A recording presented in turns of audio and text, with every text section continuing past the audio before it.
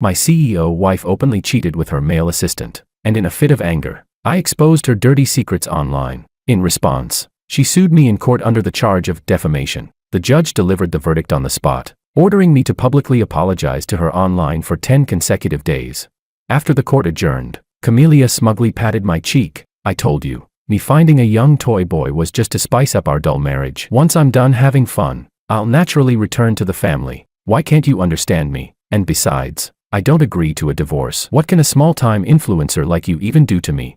She thought her power and status would make me obedient. What she didn't know was that I had already prepared my own counterattack. That very night, a video titled #Day1 of apologizing to my devoted wife # went viral across the internet and climbed to the 3rd spot on trending searches. Meanwhile, Camelia, who was out on a date with her male assistant Samuel, was stunned on the spot when she saw the posts tagging her. Chapter 1. This court rules as follows. The defendant, Alexia, is hereby ordered to, starting from the effective date of this judgment, publish a public apology video to Ms. Camelia on online platforms for 10 consecutive days, and compensate her with 100,000 yuan. Bang. The gavel came down, like it had smashed directly onto my spine. How ironic. I stared blankly at the sunlight streaming through the window, yet all I felt was cold. My lawyer patted my shoulder. Sir, don't take the defamation case too much to heart. The key is the upcoming divorce lawsuit. I couldn't hear what came after. It felt like my ears were stuffed with cotton, and my mind was a complete mess. I was clearly the victim of my wife's cheating, so why should I be the one apologizing to her? Even if I had stirred up public opinion online out of anger and crossed a legal line, I was forced into it. The first time I discovered my wife Camelia cheating, I decisively asked for a divorce. If the marriage had already deteriorated, then we should part ways cleanly. But not only did she tear up the divorce agreement, she even shamelessly said, "It was just a kiss. Can you not be so sensitive?" I had no choice but to gather more evidence of her affair with her male assistant Samuel, and then hire a lawyer to file for divorce. But she fled abroad, using work as an excuse to request a delay from the court. In reality, she was enjoying a 2-person world overseas with Samuel. It was during that time that she completely crossed the line. She even encouraged Samuel to send me photos of the two of them in bed, along with provocative messages. Didn't expect a rich, beautiful woman pushing 30 to have such a hot body. Damn, she feels amazing. I completely lost it. I smashed everything in the house, but my anger still wouldn't subside. So I logged into my streamer account and posted all the evidence of those cheating scumbags online, stirring up public outrage. I figured if I was going down, none of us would have it easy. But I didn't expect Camelia to be fully prepared. The public opinion was quickly suppressed, and she even sued me in court. Alexia. I instinctively looked up. Camelia walked over, radiant and full of herself, her high heels clicking against the floor. I frowned slightly and stood up to leave. Stop right there. She hurried after me and grabbed me. Have you made enough of a scene? I'm so busy every day, and for something this trivial, do you know how much of my precious time you've wasted? Busy sleeping with Samuel. I shot back mercilessly. I felt nothing but disgust for this woman now. There wasn't a shred of love left. Camelia's expression instantly darkened. Can't you be like my friends' husbands and just turn a blind eye? And besides, I don't agree to a divorce. As she spoke, she reached out her slender hand and patted my cheek. What can a small-time influencer like you even do to me? I told you, I'm just a bit tired of this 5-year marriage. I found a young toy boy to freshen things up. Why can't you understand me? Why do you insist on making a fuss about divorce? Get lost. I slapped her hand away. Don't bring up those 3 brain-dead friends of yours. What? Should I be grateful that your preferences are normal, so you found a guy to cuckold me instead? You. Cut the nonsense. I interrupted her directly. You just want to maintain your perfect CEO image and win that National Outstanding Young Woman Award, don't you? You want the red flag at home to stay standing while colorful flags flutter outside. I'm telling you, that's impossible. This divorce, I'm getting it, no matter what. Chapter 2. Camelia's face flushed from pale to red as I shot back at her, her eyes fixed on me without blinking. After a long moment, she put on a nonchalant smile again. Heh, interesting. This is way more entertaining than playing with a boy toy. I'd like to see how exactly you're going to force me into a divorce. With that, she turned and strode away. As we brushed past each other, Camelia's lips moved slightly. Don't forget to comply with the court's judgment. I narrowed my eyes, watching her receding figure. I took out my phone and only relaxed after confirming the recording was intact. Perfect, another piece of evidence. Combined with what I had gathered before, it was more than enough to play this game. You like to dominate others and enjoy hearing apologies. Huh? Then I'll give you a proper apology. Camelia, you better be ready for it. An hour later, I returned to my studio, As a streamer with tens of millions of followers focused on outdoor content, having an operations team was inevitable. When the team members saw me, they all looked worried. Although the video had been taken down by Camelia, the impact was still there. Women are often perceived as the weaker party, and even though Camelia Sue is the CEO of the Sue Group, most people would still side with her. After signaling that I was fine, I went straight into my office. I opened a document on my computer, my fingers flying across the keyboard as I wrote 10 apology scripts in one go. The content came together quickly. The title was, Day 1 of Apologizing to My Devoted Wife. I would just change the day number for the following ones. Apology Video Day 1. Hello, MS. Camelia. I am your husband, Alexia. I sincerely apologize for the inappropriate remarks I previously made about you across various media platforms. I'm sorry. You and Mr. Samuel are true love. I should not have exposed the fact that you were cheating during our marriage online, as per your request. Even if your conduct was morally flawed, I should not have posted remarks online that insulted you or infringed upon your personal rights. After deep reflection, I realized that I was narrow-minded. You were not cheating, you are simply loving toward all. As of today, after the court session, when you told me that finding a younger man was merely to spice up our 5-year dull marriage, I finally understood. You are a young and accomplished female CEO. I should not have tried to monopolize your love. Your love should extend across the nation and even the world. For this, I once again apologize to you.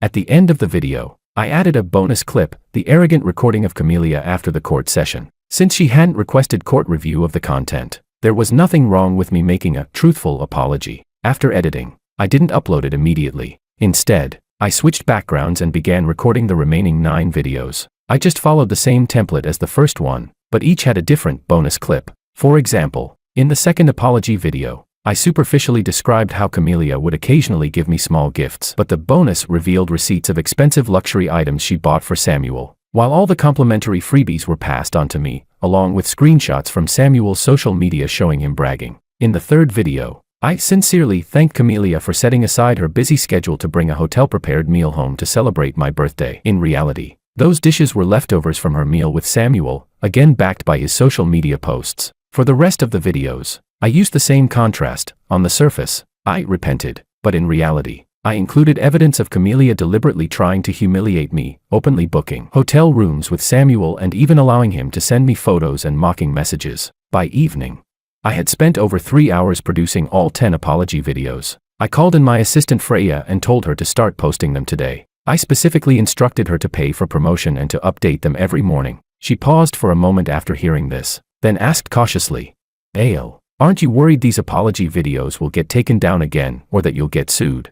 "Don't worry, I have a plan." I paused, then added, "Also, post them on my overseas TikTok account. Make sure we maximize the reach. You're not planning to do something risky again, are you?"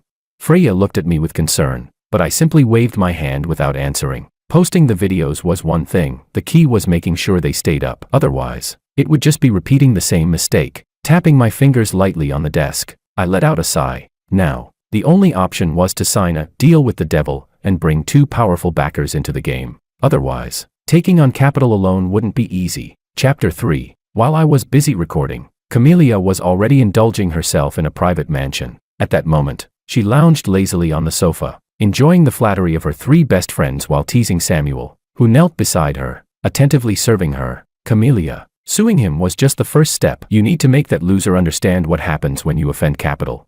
Exactly. A tiny ant like him actually dares to bring up divorce to his master. He really thinks he's somebody. At the mention of divorce, Camelia's brows instantly furrowed, and her expression darkened. One of her friends, Rita, noticed the change and quickly signaled the other 2 with her eyes to stop. She was sharp enough to realize that Camelia was not in a good mood today, because ever since Camelia had openly started cheating, she would usually drag Samuel into the next room the moment they arrived at the mansion to indulge themselves. But she hadn't done that today, which said everything. The other 2 women caught on as well and immediately asked with concern. Camelia took a sip of red wine, composed herself, then slowly spoke. "Alexia is determined to divorce me. Do you have any way to make him behave? You're worried that if the divorce blows up at this critical moment, it'll affect your chances of winning the National Outstanding Young Woman Award, right?" "Exactly." Camelia set down her wine glass. "If I can win that award, the group's value will rise, and my mother will finally hand over full control." The room fell into silence. All 4 women racked their brains for a solution. After a long while, Rita suddenly slapped her thigh. "Camelia, you can target Alexia's family. Won't be very effective. Camelia shook her head. His family is blended. They treat him well, but he rarely visits. That depends on the situation. If something happens to his biological mother, do you think he'll just ignore it?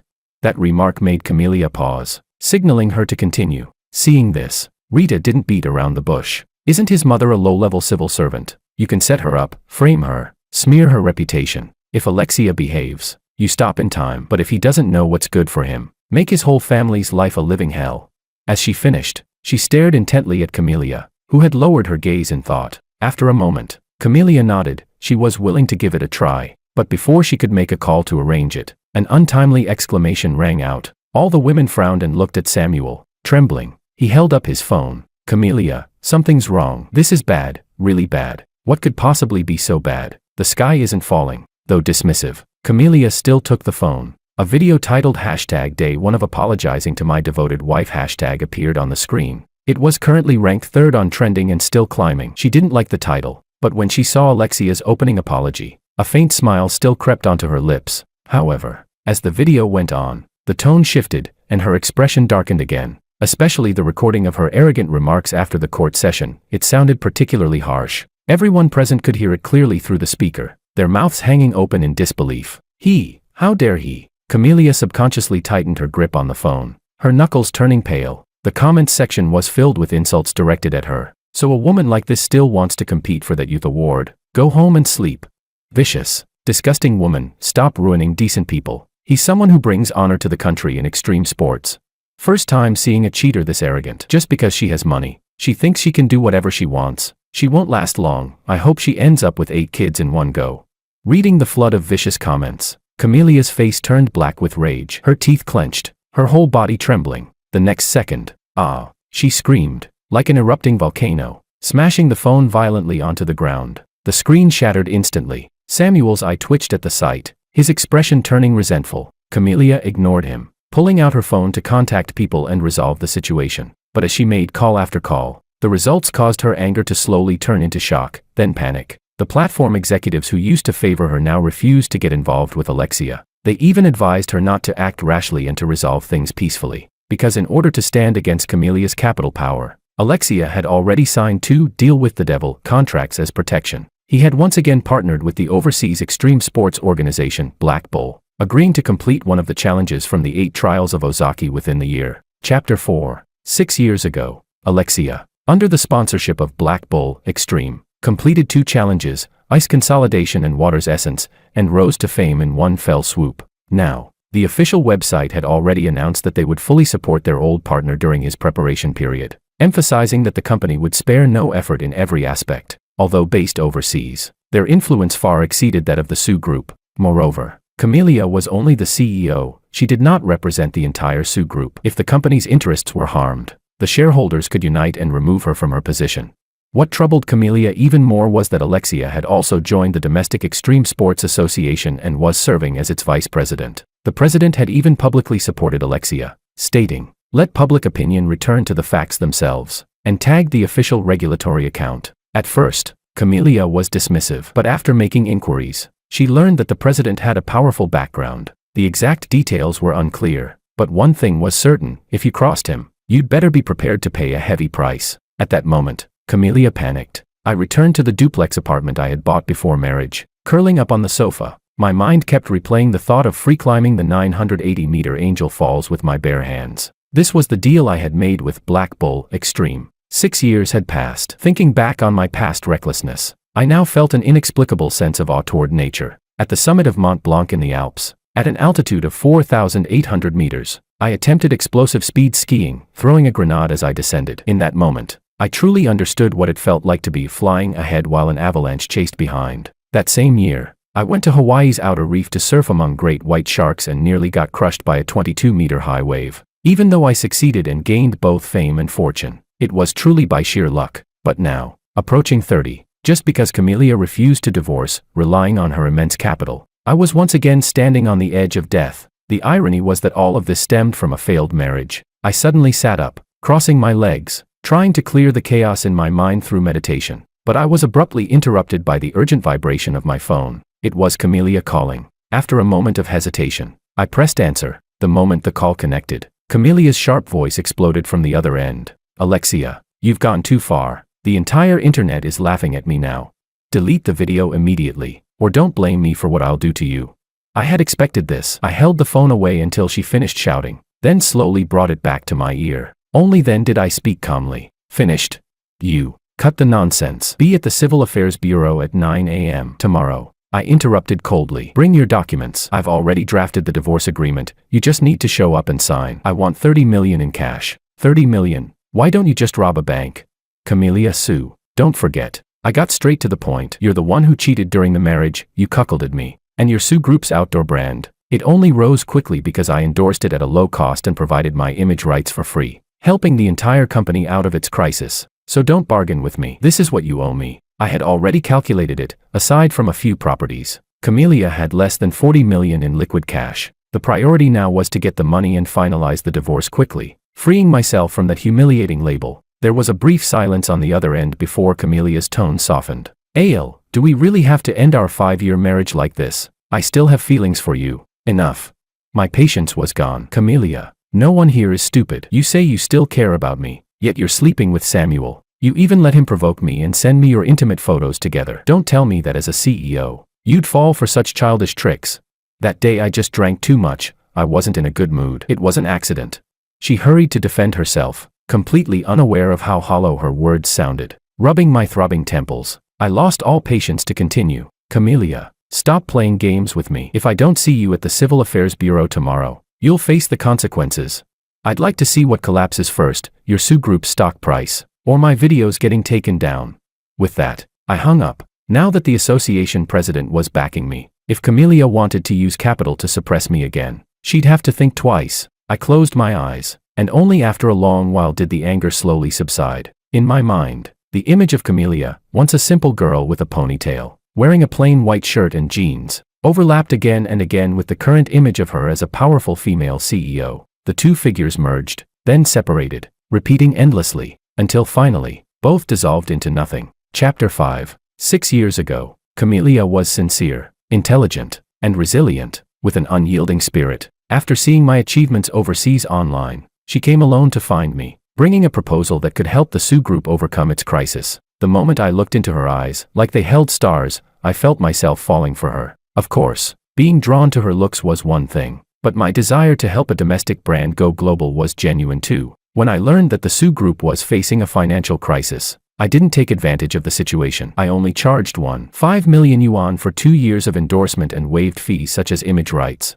Then I helped Camellia conduct research both domestically and internationally, refining designs to create outdoor apparel that was both functional and fashionable. I also wrote the brand story based on a grassroots rise. After 3 months of working together, we became a couple, and the following year, when the brand exploded in popularity, we got married. Since both Camellia's father and mine had passed away early due to illness, her mother suggested we keep the wedding low-key. At the time, neither of us thought much of it, but in the second year of our marriage, after the Sue Group had successfully overcome its crisis thanks to the new brand, Camellia's mother revealed her true colors. She began looking at me as if inspecting merchandise, her words laced with contempt. When my contract expired, she decisively cut me out entirely and chose another celebrity as the brand ambassador. At first, Camellia was dissatisfied with her mother's attitude and actions, and the two of them argued frequently. But later, after her 3 best friends returned from abroad, they began to frequently involve themselves in our home life, feeding her so-called husband-handling tactics. Gradually, Camellia changed as well. That was in the 3rd year of our marriage.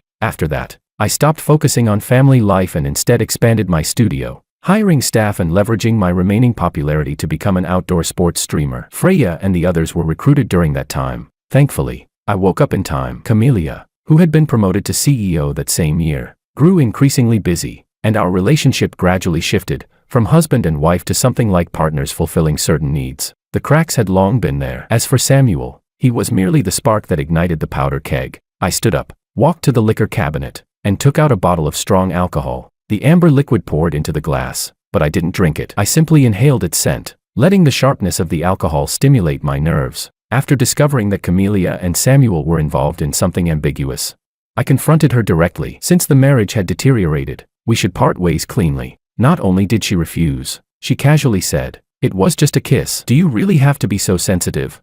Then she deliberately avoided me. So I went to find Camellia's mother, who had always looked down on me, thinking she would at least be willing to let us divorce. Instead, I was turned away at the door. The butler passed along a message. Madam says you, a mere athlete, should be grateful you haven't been abandoned. You have no right to ask for a divorce. It was at that moment that I began gathering evidence of Camelia's affair. And after all that struggle, I ended up being the one sued in court. Thinking of this, I picked up my phone and dialed a number. Atlas, I need you to handle something for me. With me. No need for formalities. What is it?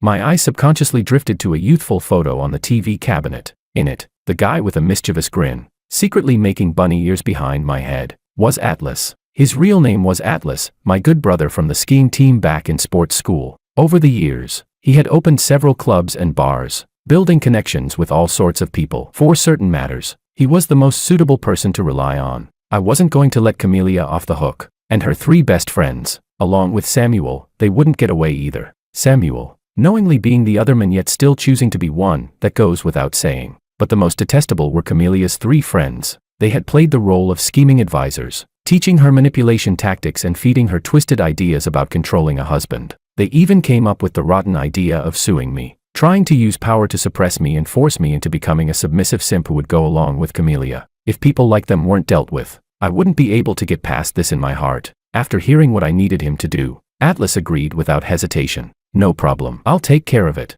Thanks, brother, but make sure it leaves no loose ends. I said sincerely. Don't worry. Chapter 6. The next day, I stood at the entrance of the Civil Affairs Bureau, focused on studying information about Angel Falls on my phone. Strength and courage were essential, but I also needed to understand every detail like a surgeon to increase my chances of success. The sudden sound of an engine approached from afar. I looked up and saw that the Maybach's license plate belonged to Camelia's mother's car, and I couldn't help but frown. Once the car stopped, a well-maintained middle-aged woman and Camelia stepped out one after another. Camelia's makeup was still impeccable today, but it couldn't hide the fatigue in her eyes. Clearly, she had just been scolded by her domineering mother. Well done, Alexia. Camelia's mother was the first to attack. 30 million, trying to extort my daughter. That's what I deserve, I replied in a low voice, completely unafraid. You think you're worth that much? Why don't you take a look at yourself first? She sneered, her tone dripping with arrogance born of power. You dared to slander my daughter, damaging her reputation and affecting the group's stock price. Are you tired of living? As she spoke, she pulled out a divorce agreement from her bag. Sign it, then post a statement online admitting that everything you said before was fabricated, that you were mentally unstable. Then leave with nothing and get out quietly. Otherwise what? I interrupted calmly. Like how you used me and threw me away back then. Or like last time when I came to see you and was turned away, and you called me a worthless jock. Camelia's mother's expression darkened. Sharp-tongued. Aren't you? You think finding some backing and posting a few sarcastic videos is enough to fight me? Let me tell you, the Sue Group's network is beyond what a small-time influencer like you can imagine. I can make your videos disappear completely, and make sure you can't survive in this country. Is that so? I spoke calmly, tapping on my phone before turning the screen toward her. Seems like your network isn't that impressive after all. On the screen was today's trending list. Hashtag day 2 of apologizing to my loving wife hashtag sat firmly at number 1, while yesterday's video ranked second. Camelia's mother's pupils shrank. Clearly, she hadn't expected her connections to fail, nor that even paid online trolls couldn't stir up anything. Still, she forced herself to stay composed. Maybe they haven't really stepped in yet. Just wait. You probably won't be getting help from Chairman Wang or Deputy Director Lee. I took back my phone and looked at her. I forgot to mention, the president of the Extreme Sports Association is surnamed Ning. His granduncle used to sit at the top before retiring. The people you relied on, they're probably having tea somewhere right now. Camelia's mother's face finally changed, her lips trembling uncontrollably. Behind her, Camelia showed clear panic for the first time, blurting out, "How is that possible?" "Nothing's impossible. I risked my life to help him build achievements. Him returning the favor is only natural." The association was merely a stepping stone for President Ning. 2 years ago, when he was appointed, he had already reached out to me, hoping I would help take the association to greater heights. At the time, I prioritized my family and declined politely. Yet in the end, I still found my way into the association. Unwilling to accept it, Camelia's mother took out her phone and made several calls, but all she got was busy signals. At that moment, she realized she had gone too far, though there was still a trace of unwillingness in her eyes. Seeing that she still refused to give up, I leaned in and whispered something into her ear. She reacted as if struck by lightning, stumbling back a step, pointing at me with a trembling finger. You're talking nonsense. Whether it's nonsense or not, you know it yourself. I smiled faintly. So, can we proceed with the divorce now? 30 million is the compensation I deserve. As for your little secrets, I'll pretend I know nothing. With that, I took out my own copy of the divorce agreement and handed it over. Camelia hadn't heard what I said. She stared blankly at the agreement, her eyes fixed, her lips parted, her eyes reddening instantly as she looked at me, but before she could speak, her mother grabbed her arm. Sign it, her mother said, her voice trembling slightly. There's no time to drag this out anymore. But Mom, look at you, have some dignity. Seeing her daughter like this, Camelia's mother cut her off. So what if you cheated? She pointed at Camelia. With your status, do you lack men? Stop embarrassing yourself here. Without another word, she dragged Camelia toward the building. Camelia struggled as she was pulled away. Her voice choked with sobs. Mom, I still have feelings for him. I don't want a divorce. The moment I received the divorce certificate, I felt completely relieved. With the 30 million transferred, the 2-month-long divorce battle finally came to an end. As I walked out of the Civil Affairs Bureau, Camelia's mother pulled her into the car as she kept looking back at me. I watched them leave, then turned and walked toward my BMW M5. The divorce was only the first step. The storm, however, had just begun. Chapter 7. In the blink of an eye, 10 days had passed. With nowhere left to turn, Camelia blocked the entrance of my residential complex. During this time, both she and her mother had completely fallen apart. I had added the surveillance footage of her mother threatening me at the Civil Affairs Bureau into the later apology videos. With support from the Domestic Extreme Sports Association and the overseas Black Bull Company, public opinion surged overwhelmingly, causing Sioux Group stock to hit the daily limit down. The shareholders were furious and directly removed both Camelia and her mother from their positions. Even Samuel was fired and blacklisted. This was largely thanks to Camelia's mother's past reckless decisions, which gave the shareholders an opportunity. Back then, after Camelia's father passed away, her mother had distributed part of the shares to stabilize her position as chairwoman, leading to fragmented power. Once the shareholders united, they had enough leverage to remove her. Forced out of power, Camelia's mother was furious. In a moment of impulsiveness, she filed lawsuits against me, the Extreme Sports Association, the overseas Black Bull Company, and even Sioux Group's shareholders all at once. That move stirred up a hornet's nest, and with her standing alone, she quickly fell into a disadvantage. But misfortune never comes alone. Just 2 days ago, Atlas uncovered shocking dirt on Camelia's mother. Without hesitation, I had him arrange for an anonymous report, accusing her privately funded art school of illegal activities. I had discovered this accidentally before she sued me. After being turned away by that old woman, the more I thought about it, the angrier I became, so I went back again. By sheer coincidence, I saw 2 young men in their early 20s being helped out of her villa. They were crying, their legs trembling as they got into a van and left. I had the presence of mind to secretly take photos and sent them to Atlas to investigate. Now that the evidence was solid, Camelia's mother had been taken away by authorities for investigation, and Camelia lost her biggest backing. As of today, the case against her mother had been officially filed, but due to the wide scope involved, both their accounts were frozen. Even Sioux Group had to cooperate with financial investigations. Left penniless, Camelia went to her 3 best friends for help. What she got in return was nothing but harsh insults. As the subsequent videos continued to release, those 3 women had also become targets of public outrage. They were desperate to distance themselves from Camelia. No one was willing to invite trouble. Just like that, Camelia was heartlessly driven away. As for Samuel, seeing she no longer had any value, he fled without hesitation, searching for his next rich target. Atlas told me everything was ready to proceed as planned. That made me feel even better, toppling Camelia and her mother, and indirectly breaking apart her opportunistic friends and Samuel, had all been part of my plan. I just didn't expect Camelia to still have the nerve to come looking for me. Ale. The property management said Camelia has been driven away. We should get going. All right, what about you? I packed my luggage and looked at Freya. Driving yourself, or coming with me? She gave a sly smile. Of course I'm hitching a ride. You really trust me to drive a long-distance trip alone? I froze for a moment, then shook my head with a bitter smile. I'd really been too busy lately. The training location was in the neighboring province, where the association had its own land. The overseas Red Bull Company had also invested in upgrading the facilities. We headed straight down to the parking garage, got the car, and set off. But unexpectedly, just as I turned out of the complex, a figure suddenly dashed out. I slammed on the brakes. Fortunately, I was driving slowly and stopped in time, though the seatbelt dug painfully into my chest. Looking up, I was instantly furious. It was Camelia. You crazy woman. I unbuckled my seatbelt, got out of the car, and pointed at her as she sat on the ground. Are you out of your mind? Are you trying to scam me with a fake accident? Camelia blinked, her eyes misty, clearly shaken as well. After a few seconds, She spoke in a trembling voice. I just wanted to see you. Well, I don't want to see you. Husband. Call me by my name. I glared at her. And we're no longer related. Why are you showing up like a ghost?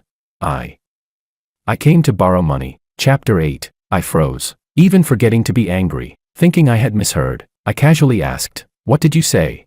I said. Camelia sniffed. "I came to borrow money from you. My cards are frozen, and I ran out of cash last night after refueling my car. What about your valuables, your jewelry and watches?" I frowned. "Someone broke into my house last night. Everything was stolen."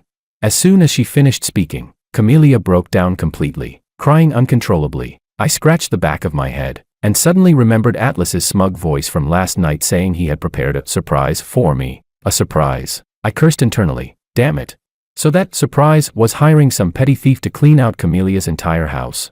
Atlas, you really are a damn ungrateful son, always screwing over your own dad. I cursed inwardly, but strangely, I didn't feel the slightest bit of guilt. I walked up to Camelia. "Move. We're divorced. I have no obligation to take care of you, and I don't want to. But if your house was robbed, go report it to the police. Just don't come bother me." The moment I finished speaking, I lifted her aside like she weighed nothing. Just as I was about to head back to the driver's seat, she suddenly clung tightly to my leg. "No, you can't leave. I have nothing now. You can't just abandon me.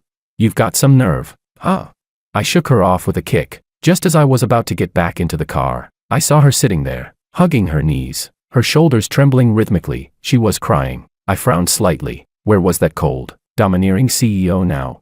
She looked completely broken. For a moment, I wondered if the recent series of blows had pushed her into a mental breakdown. Almost instinctively, I gestured toward the car, signaling Freya to come out. She had a psychology certification, better to assess the situation first. Getting revenge on Camelia was one thing, but I didn't want a life on my hands. I quietly shared my concerns with Freya. She frowned as she looked at Camelia, who was sobbing, her expression dull and vacant. A few minutes later, Freya conducted a basic assessment, from conversation to checking her pupils. She stood up and nodded at me. "You were right. There's a mental issue, probably due to consecutive emotional shocks, something like a mild breakdown. But it's not serious. With some rest and no further stress, she should recover." I let out a long breath. After thinking for a moment, I decided to take a detour and bring her to the hospital for a proper checkup. After that, I'd have Atlas keep an eye on her. Once I made up my mind, we helped Camelia into the car and headed toward the hospital. On the way, I didn't forget to call Atlas. Honestly, this whole situation was absurd. It had spiraled further than expected.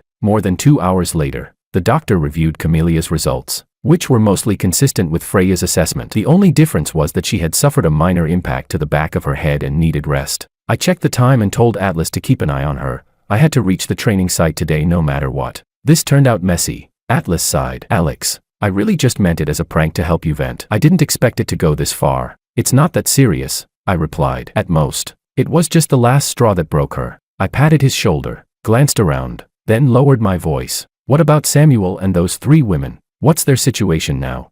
Chapter 9. Late into the night, Freya and I finally arrived at the training site. After exchanging greetings with President Ning and the representatives of Black Bull Extreme Sports, we returned to our rooms to rest. After showering, as the water evaporated from my body, I turned on my laptop. I skillfully logged into a foreign email account. Atlas had sent the latest updates about Samuel and the others there. I glanced through it. Now all 4 of them had taken the bait, only the final step remained, pulling them into the net. I typed, "Safety comes first," then closed the computer and lay down on the bed, ready to sleep. At that moment, someone knocked on the door. I opened my eyes, took a moment, put on a robe, and went to open it. It was Freya. "I made you some soup. Do you want a little?" "Oh, thanks." I was briefly surprised, then quickly stepped aside to let her in. Although it was already late, it wouldn't be right to refuse her kindness. The room fell silent. Only the faint sound of a spoon occasionally touching the bowl could be heard. I drank the soup quietly, while she rested her chin on her hand, staring at me without blinking. It made me feel a bit uncomfortable, and I unconsciously quickened my pace. Ever since the divorce process with Camelia began, I noticed Freya acting differently. As an assistant, besides her usual duties, she added something else, psychological support for me. At first, I thought it was just concern between colleagues, but after the divorce, things changed even more. She began making soup for me on her own initiative, and sometimes came to my place, even cooking a table full of dishes. That was when I realized things had already crossed a certain line. I am a straightforward person, so I told her that, for now, I didn't want to get involved in a new relationship. She said she understood, but also stated firmly, "I'll wait for you." Seeing that I didn't understand, she explained her reason. She came from a prestigious medical family in the capital, and since childhood had been forced to study medicine, which made her unhappy. Even later, when studying psychology, she felt she had developed mild depression. One day, while browsing foreign forums, she saw my videos challenging Ozaki's 8 tests and an interview of mine that ignited a spark within her. We all feel fear at times, but we must learn to face it and even conquer it, even if we end up shattered in the end. That brief answer in the interview moved her deeply, so she pursued a second degree, obtained dual qualifications, and decided to come work with me. For someone like me, who had just emerged from the shadow of a failed marriage, I could only take things step by step, but continuing like this wasn't fair. So when I saw her packing her things to leave, I impulsively stopped her. "If I manage to complete this challenge and come out unscathed, how about we try being together? Aren't you afraid I might be another Camellia?" "There's nothing to be afraid of." Suddenly, a soft fragrance accompanied her as she stepped closer. Freya gently pressed a light kiss onto my lips, brief and delicate, like a seal marking the beginning of something new. Chapter 10. Another half-month passed. Atlas told me the 4 fish had all been caught. I temporarily set aside my training, locked myself in my room, and reviewed the fruits of victory. These past few days had been exhausting. Not only did I have to complete my specialized training seriously, but I also had to spare energy to direct the plants Atlas arranged, pushing Samuel and those 3 women step by step into the abyss. Didn't Samuel love attaching himself to rich women and ruining other people's families? Then I'd grant his wish, let him spend the rest of his life in the circle of wealthy women. From the moment he left Camellia to look for his next target, I had Atlas arrange for a madam in J country to step in. The madam showed Samuel proof of how male hosts there could earn massive amounts of money from wealthy married women. After a few days of conditioning, Samuel became convinced it was far more profitable than staying in the country, so he followed her to J country. At first, I only had the madam introduce him into the trade, letting him follow the rules and earn money properly, just enough to taste success. A few days later, I had her deliberately reveal stories about some hosts finding true love, a path to ruin. Driven by greed, Samuel didn't even think it through and fully turned on his manipulative charm. With the madam secretly assisting, he successfully hooked a fairly attractive, high-status married woman, but he forgot. J country is a place where capital reigns supreme. The fool even tried to provoke powerful people there, just like he once provoked me. The result? He was beaten, then thrown into a club that catered to wealthy clients with extreme tastes. For the rest of his life, he would only be able to wag his tail and beg for survival there. I scrolled to the end of his file. There was a photo, him locked in a cage, eating from a dog bowl. Then I opened another folder. It contained information about Camellia's 3 friends, but there was only one photo, of them arguing with someone, and a written report. According to it, they had brought this upon themselves. After abandoning Camellia, they went to the peninsula to enjoy themselves. Everything had already been arranged, someone was waiting to deal with them. But right after landing, they somehow heard about an underground club and went there directly. That place was a chaotic mix. There were people engaging in risky behavior, even members of some strange cult-like group. By sheer misfortune, they got into a conflict with members of that group over a good-looking woman, and even dared to hit them. Then they disappeared. Up until now, multiple parties had searched without results. They had been officially listed as missing persons. All I could say was, sometimes, people truly bring ruin upon themselves. As I finished reading, I felt no emotion. I simply deleted the files and deactivated the email account. After everything was done, I glanced out the window, then turned back to continue my training. The real climax was about to begin. Chapter 11. A week later, I stood beneath the Devil's Wall of Angel Falls. The roaring sound of water filled my ears as the massive curtain of water crashed down from 979 meters above, the mist soaking the steep rock face. I closed my eyes. With the thunderous sound surrounding me, my mind gradually calmed, as if I had become one with nature. Thoughts of live streams, conquering Angel Falls, and everything else, all were cast aside. I walked to the starting point of the pre-planned route. The climb began. The slick rock holds were an ultimate test of both strength and technique. Time passed second by second. Occasionally, from the corner of my eye, everything below seemed to shrink into insignificance. As I continued climbing, fatigue gradually set in. There was no turning back now, only upward. At the midpoint, it became a pure confrontation between willpower and nature. Here, the overhang was enough to crush hope. Only by launching myself upward multiple times could I reach the next hold. Every decision meant life or death. The tearing pain in my arms flooded my mind, and my ankles began to tremble from constant exertion. By the final stage, my consciousness started to blur. My breathing became chaotic. Fragments of memories flashed through my mind. Camellia tearing up the first divorce agreement. Samuel's provocative photos. The cold strike of the judge's gavel. Camelia's mother's contemptuous face. Atlas's roguish grin. And Freya's eyes, filled with both worry and unwavering belief. I can't give up.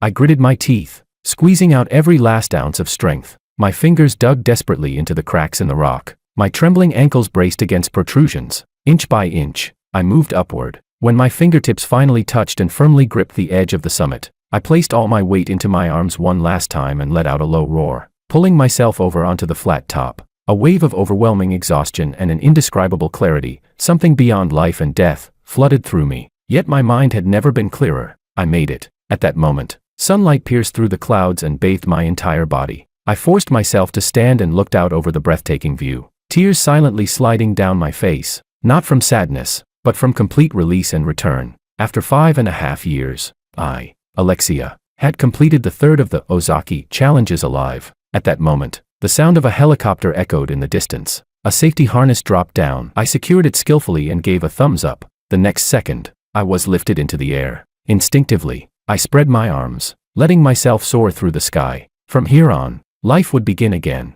and my story would enter a new chapter. That night, we celebrated wildly around a bonfire at the temporary camp. President Ning grabbed my hand, drinking cup after cup, even getting slightly drunk and loudly insisting we become sworn brothers. This challenge had been broadcast live, and the pressure on him had been immense. It was as if he had bet his entire future on it. Fortunately, the result was good. Everyone was happy. The overseas Black Bull company's representative conveyed a message from higher management. The prize money had been increased from $5 million to $10 million. However, they hoped that even if I no longer pursued such extreme challenges, we could continue to cooperate, for example, having me serve as a judge in future competitions. Of course, I was happy to agree. This was how things had always been, and it had worked well. Throughout the lively celebration, Freya simply sat quietly to the side, holding her drink. Whenever our eyes met, she would give me a soft, sweet smile. After the bonfire ended, we sat together on a massive rock at the campsite, gazing at the stars. We didn't talk much. We both cherished the rare silence. Yet somehow, our hands found each other and stayed intertwined. Chapter 12. After returning to the country, news about me and the verdict against Camellia and her mother simultaneously sparked heated discussions online. But the reactions were completely opposite. Because I had completed Mastery of Life, one of the 8 trials of Ozaki, I was seen as bringing honor to the nation and received widespread praise. Meanwhile, Camellia and her mother became targets of universal condemnation. After 2 months of thorough investigation by the authorities, Camelia's mother received severe legal punishment. Under the guise of building an art school through personal charity, she had repeatedly abused minors at the school, and even coerced young boys and girls into providing sexual favors to achieve her goals. She had also illegally detained whistleblowers and injected them with psychiatric drugs to destroy evidence. Additionally, during her tenure as chairwoman, she committed tax evasion. In the end, multiple charges were combined. Camelia's mother was sentenced to life imprisonment. Other individuals involved in the case were also sentenced on the spot, receiving prison terms ranging from 10 to 20 years. Among them was Camellia. She had knowingly concealed the crimes and even aided in them, earning herself a 10-year prison sentence. Seeing this, I froze completely. I truly hadn't known that Camellia had been involved in any of this, but the next moment, I shook my head and let out a faint smile. No wonder the police had only questioned me once after opening the case. From the time I met her to our marriage, my involvement had only been with that outdoor brand, and only in its early stages. After that, I had been focused on being an outdoor streamer while also taking care of the household. And after becoming CEO, she had rarely been home. How could I possibly have known about the secrets between her and her mother? I set the tablet down on the coffee table and walked toward the balcony, lost in thought. I don't know how long passed, when a warmth suddenly filled my palm. Instinctively turning my head, I realized Freya had come over at some point, thinking about something unpleasant. No, I said softly, gently squeezing her delicate hand. It just feels unreal. Everything that's happened over the years. She didn't say anything. She simply stood on her toes slightly and pressed a soft kiss against my cheek. Then she asked, "How about now?"